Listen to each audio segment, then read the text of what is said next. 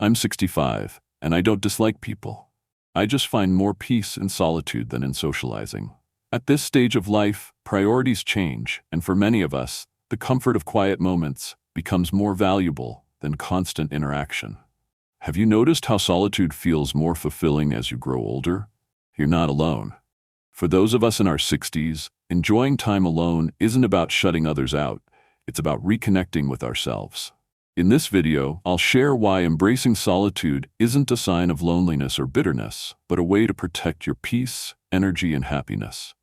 You'll gain insight into how aging reshapes relationships, social priorities, and even our definition of joy. If this speaks to you, keep watching. You may find the encouragement and validation you need to embrace this season of life with confidence. Number 1. A key life lesson from aging. As we grow older, life teaches us lessons that we couldn't fully grasp in our younger years. One of the most eye-opening realizations I've had is this: not every relationship is meant to last. When I was younger, I believed in the goodness of everyone. I thought that with enough patience, kindness, and effort, any relationship could flourish. But over time, life taught me otherwise. Not everyone shares the same heart, values, or intentions. I've been disappointed by people I trusted, taken advantage of by those I helped, and left wondering how I misjudged them so badly. It's not an easy truth to accept, but these experiences didn't make me bitter. They made me wiser. I've come to understand that it's okay to walk away from relationships that drain you. Some people enter our lives for a reason, a season, or a lifetime. Holding on to someone who was only meant to teach you a lesson is like refusing to turn the page in a book you've already finished. It's difficult, but necessary. Another valuable lesson is this: you can't pour from an empty cup. For much of my life, I believed that being a good person meant always putting others first. I gave and gave, often to the point of exhaustion, until I had nothing left for myself. Now I understand that taking care of yourself isn't selfish, it's necessary. If you want to be there for others, you must first make sure you're taking care of yourself. The best relationships are balanced, built on mutual support and respect. If you find yourself constantly giving while the other person only takes, it's time to step back and reevaluate. True connections should be about sharing, not sacrificing your peace for someone else's gain. Aging has also shown me the beauty of simplicity. Happiness isn't found in big achievements or a packed schedule. It's in the quiet, everyday moments. It's the warmth of the sun on your skin, the comfort of a favorite chair, or the laughter shared with someone who truly cares. If you're in your 60s or beyond, remember this: life is too valuable to spend on relationships or habits that don't nourish you. Focus on what brings you peace and fulfillment. Protect your energy, cherish the people who uplift you, and let go of anything that weighs you down. This is your time. Make the most of it. Number 2. Redefining happiness and setting boundaries. As I've grown older, I've come to see happiness differently than I did in my younger years. Back then, it was all about the excitement, the thrill of big accomplishments, the energy of crowded gatherings, and the feeling of always being surrounded by people. But over time, I've realized that true happiness is often found in the quiet moments. Happiness now is simpler, but far more meaningful. It's enjoying a warm cup of tea while watching the sunset. It's the peace of knowing that I don't owe my time or energy to anyone unless I choose to. That realization is powerful, understanding that I have control over how I spend my time. One way I protect this newfound peace is by setting boundaries. When I was younger, I used to think saying no made me selfish. I would stretch myself thin, trying to be everything for everyone. But I've learned that setting boundaries isn't about pushing people away. It's about protecting my well-being and valuing my own needs. Saying no doesn't mean rejecting someone. It means honoring yourself. It teaches others how to treat you, and in turn, creates space for healthier, more respectful relationships. The people who truly appreciate you will understand, and those who don't were never meant to stay. Another important lesson I've learned is that not every relationship is meant to last, and that's okay. Friendships that no longer bring joy or connections that feel one-sided are worth letting go. It's not about being unkind, it's about valuing quality over quantity. As we grow older, our energy becomes one of our most precious resources. Use it wisely. Prioritize relationships that uplift you and release those that drain you. Guard your time as carefully as you would your health, because both are equally important. At this stage of life, happiness isn't about impressing others or meeting their expectations. It's about inner peace. It's about embracing simplicity, treasuring the little moments, and being intentional about where you invest your time and energy. Remember, it's never too late to redefine what happiness means to you. This is your time. Choose peace, choose joy, and most importantly, choose yourself. Number 3. Finding solitude as a gift. When I was younger, being alone felt almost unbearable. I saw solitude as a sign of loneliness, disconnection, or even failure. But as I've grown older, I've come to appreciate it in an entirely new way. Now, solitude feels like a blessing, a sacred space where peace, clarity, and self-discovery thrive. In solitude, I've learned to reconnect with myself. Life is filled with noise, expectations, responsibilities, and the constant buzz of the world. But when everything quiets down, you're left with one person, yourself. At first, that realization can feel uncomfortable, even unsettling. But over time, I found it freeing. Solitude isn't about shutting others out. It's about making space to truly listen to yourself and reflect on what truly matters. When the world slows down, your thoughts become clearer. You begin to see what needs to be released and what deserves more of your time and energy. Some of my happiest moments now are the simplest ones, sitting outside with a warm cup of tea, listening to the birds sing, or watching the sunlight dance on the walls. These quiet moments have shown me that life's true beauty is often found in stillness, not in constant noise. Solitude also allows me the freedom to just be, without the need to impress, entertain, or meet anyone's expectations. It's simply me, being myself, and that is enough. This doesn't mean I've turned away from relationships. I still cherish the meaningful connections in my life, but I see them differently now. I no longer feel the need to fill every moment with company or hold on to relationships that drain me. Instead, I choose quality over quantity and make space for the peace that solitude brings. For those who struggle with being alone, I'll say this: solitude isn't something to avoid. It's an opportunity to recharge, reflect, and reconnect with yourself. It's where you gain clarity about what truly matters and find the strength to live authentically. Remember, solitude isn't loneliness, it's freedom. And in that freedom, you may just discover the joy you've been searching for all along. Number 4. Shifting social connections. As I've grown older, I've noticed that socializing feels different now. It's not about avoiding people or disliking them. It's about understanding that not all connections hold the same value. The truth is, our approach to relationships changes with age, and that's a good thing. When I was younger, my days were filled with constant interactions. Work meetings, family gatherings, casual chats with neighbors, and social events with friends. Back then, I never stopped to question whether those interactions truly enriched my life. I simply assumed that being busy and surrounded by people was a sign of happiness. Now, I see things differently. Socializing isn't about packing my schedule or meeting expectations. It's about seeking meaningful connections, the kind that bring joy and add real value to my life. And I've come to realize that those connections are far rarer than I once believed. Not every conversation is worth engaging in, and not every relationship is worth maintaining. Shallow interactions and draining dynamics take an emotional toll. With age, I've learned to be more protective of my time and energy. I've learned to invest in relationships that uplift me rather than drain me. Another thing I've realized is that socializing now takes more energy than it once did. Engaging in conversations, listening attentively, and offering genuine empathy, it all requires effort. When I was younger, I could move from one interaction to the next without much thought. Now I have to be more intentional about where I direct my attention. This doesn't mean I've distanced myself from relationships. Rather, I've redefined them. I no longer feel the need to accept every social invitation or maintain connections out of guilt. Instead, I value quality over quantity. A meaningful conversation with a close friend now holds more weight than an entire evening spent in a crowded gathering. For those in their 60s and beyond, here's something I've come to understand. It's okay to release social obligations that don't bring you peace. Prioritize the relationships that truly matter, the ones rooted in mutual respect, understanding, and love. By doing so, you create more space for yourself and for the connections that bring genuine joy.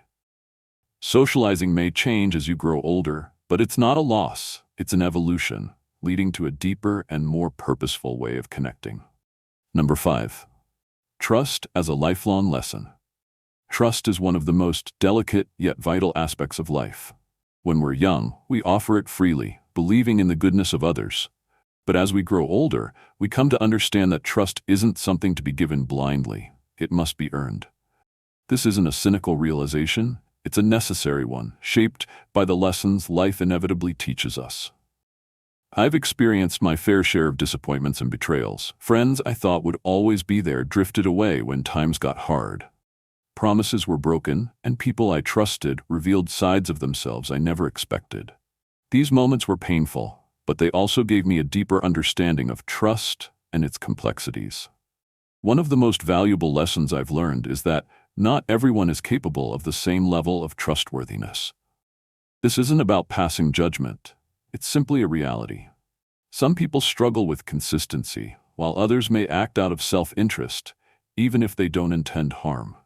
Understanding this has helped me release resentment and focus on surrounding myself with people who share my values. At 65 and beyond, trust looks different than it once did. I no longer feel the need to give it freely to everyone I meet. Instead, I take my time, allowing people to show through their actions whether they deserve a place in my life. This more careful, intentional approach has given me a greater sense of peace. I've also learned to balance trust with self-reliance. While I deeply appreciate the small circle of people who have proven themselves over time, I've come to realize that the one person I can always depend on is myself. Developing this inner strength has been one of the greatest blessings of growing older. For those in their later years, I encourage you to see trust not as something to fear, but as something valuable, something to be given wisely. Focus on building relationships with those who uplift you and reciprocate your efforts. And most importantly, learn to trust yourself. Trust may evolve as we age, but that change isn't a loss, it's a refinement. And when trust is earned and nurtured, it becomes even more meaningful, a powerful reminder that true connection is always possible. Number 6. Lessons learned from the pandemic. The pandemic was a turning point for all of us, but for me, it brought an unexpected gift: clarity. At first, the sudden stillness felt unsettling. A life once filled with constant motion came to a stop. Social gatherings, casual visits, and even the everyday hustle of errands disappeared. But in that stillness, I found something I hadn't realized I was missing: peace.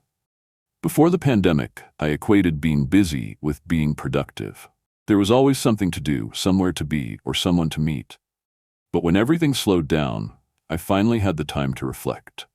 I began to notice things I had long overlooked: the way sunlight streamed through my windows, the melody of birds in the morning, the quiet rhythm of my own thoughts. These simple moments reminded me of the beauty that emerges when we take the time to be present. The pandemic also changed how I view relationships. With social distancing and lockdowns, I could no longer rely on the usual ways of staying connected. At first, I felt the loss deeply. But over time, I realized it wasn't the number of interactions I missed, it was their depth. Phone calls with close friends, handwritten notes from loved ones, and even moments of silent prayer became more meaningful than ever before. These small yet meaningful connections replaced the surface-level interactions I once believed were essential. The time spent in isolation also helped me realize how much I genuinely enjoy my own company. I had always filled my days with people and activities, often out of routine, but being alone during the pandemic forced me to face myself. And in that stillness, I found comfort. If there's one lesson I've taken from this experience, it's this: life doesn't have to be filled with constant noise to feel fulfilling. The pandemic showed me that true peace isn't found in endless activity, but in appreciating the present moment. As life moves forward, I carry this newfound clarity with me. I've become more intentional with my time, focusing on what truly matters. Despite its hardships, the pandemic left me with an unexpected gift: a deeper understanding of myself and the relationships that hold real value. And for that, I am truly grateful. Number 7. Rediscovering what truly matters. Aging has a way of bringing clarity, helping us focus on what's truly important. In my younger years, life was a constant blur, balancing work, raising children, maintaining relationships, and striving to meet expectations. I once believed that being busy meant being successful, that productivity defined purpose. But as time has passed, I've come to see the flaws in that mindset. Now, at this stage of life, I understand that real joy isn't found in achievements, material things, or a packed schedule. It's in the quiet, meaningful moments that are often overlooked. The warmth of a grandchild's embrace, the soothing sound of rain against the window, or the simple pleasure of a meal made with love. These are the moments that make life truly rich. Part of this journey has been learning to let go of relationships that no longer bring peace, of expectations that no longer fit, and even of parts of myself that I've outgrown.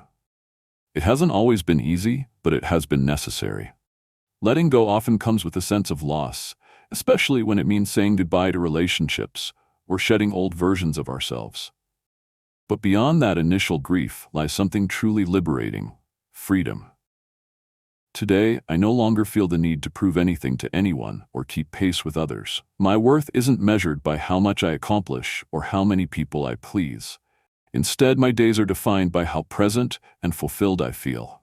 This shift has also changed how I view relationships. I no longer hold on to connections that feel strained or exhausting. Instead, I focus on the people who bring light into my life, the ones who truly see me, accept me, and bring genuine happiness.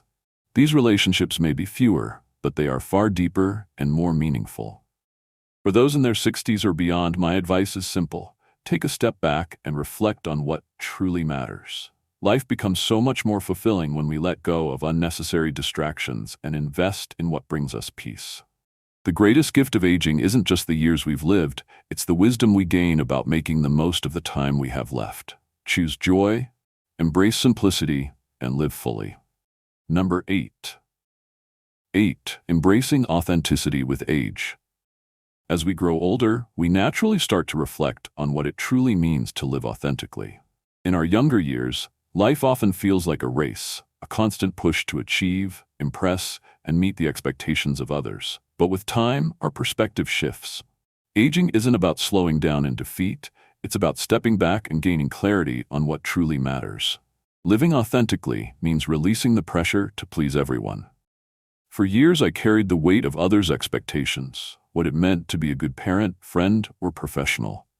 But as I've aged, I've come to see that those expectations rarely align with who I genuinely am.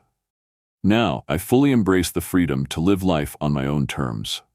This phase of life is a gift, an opportunity to remove the distractions and focus on what brings true peace and fulfillment. It's not about withdrawing from the world, but rather engaging with it in a way that feels right for you. For me, that means prioritizing the relationships, activities, and moments that bring genuine joy. There's an immense sense of freedom in saying no without guilt, whether it's declining a social event or distancing myself from draining relationships. Every choice made to protect my peace is a step toward a more authentic life.